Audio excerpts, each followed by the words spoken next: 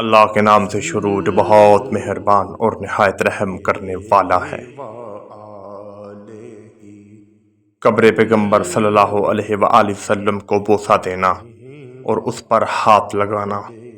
سوال: علماء اہل سنت کی نظر میں پیغمبر اسلام صلی اللہ علیہ وآلہ وسلم کی قبر مبارک کو بوسہ دینا اور ہاتھ لگانا کیسا ہے؟ اجمالی جواب، تفصیلی جواب۔ ابن حجر مکی اس کے متعلق لکھتے ہیں: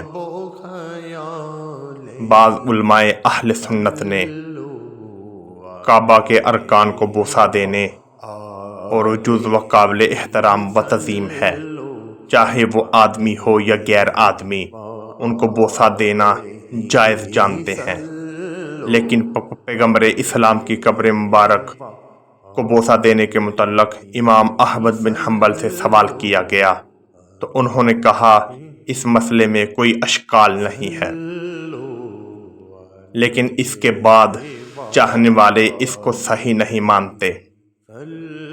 جو علماء شافعی میں سے ایک ہیں، ان کے متعلق نقل کیا گیا ہے کہ وہ قرآن مجید، اجزاء حدیث و نیز قبور کے چومنے کو جائز سمجھتے ہیں اور کہتے ہیں۔ کتاب فتح الباری سے نقل کیا گیا ہے۔ سمودی لکھتے ہیں کہ ایک اذن کتاب العلل و سوالات میں سے عبداللہ ابن احمد بن حنبل نے اپنے والد سے ابن علی بن عوف سے روایت کیا، اس سے نقل کیا ہے۔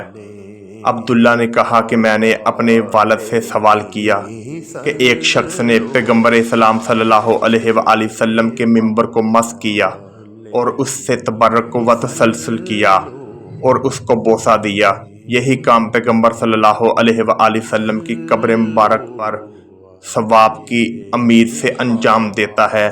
تو انہوں نے جواب میں کہا اس میں کوئی اشکال نہیں ہے کہ مروان بن حکم کا ایک شخص سے سامنا ہوا جو پیغمبر اسلام صلی اللہ علیہ وآلہ وسلم کی قبر مبارک سے لپٹا ہوا تھا۔ مروان نے اس کی گردن کو پکڑا اور کہنے لگا، کیا تم جانتے نہیں کہ تم کیا کر رہے ہو؟ اس شخص نے مروان سے کہا، میں کسی خاک و پتھر کے پاس نہیں آیا ہوں، بلکہ میں رسول اللہ صلی اللہ علیہ وآلہ وسلم کی خدمت میں حاضر ہوا ہوں۔ سمودی نے کہا، جس وقت حضرت بلال رضی اللہ تعالی عنہ شام سے پیغمبر اسلام صلی اللہ علیہ وآلہ وسلم کی زیارت کے لیے تشریف لائے تو پیغمبر اسلام کی قبر مبارک کے قریب آئے اور بیٹھ کر گریہ کرنے لگے اور اپنی صورت کو آپ کی قبر پر ملنے لگے۔ اس روایت کو سند صحیح نے روایت کیا ہے۔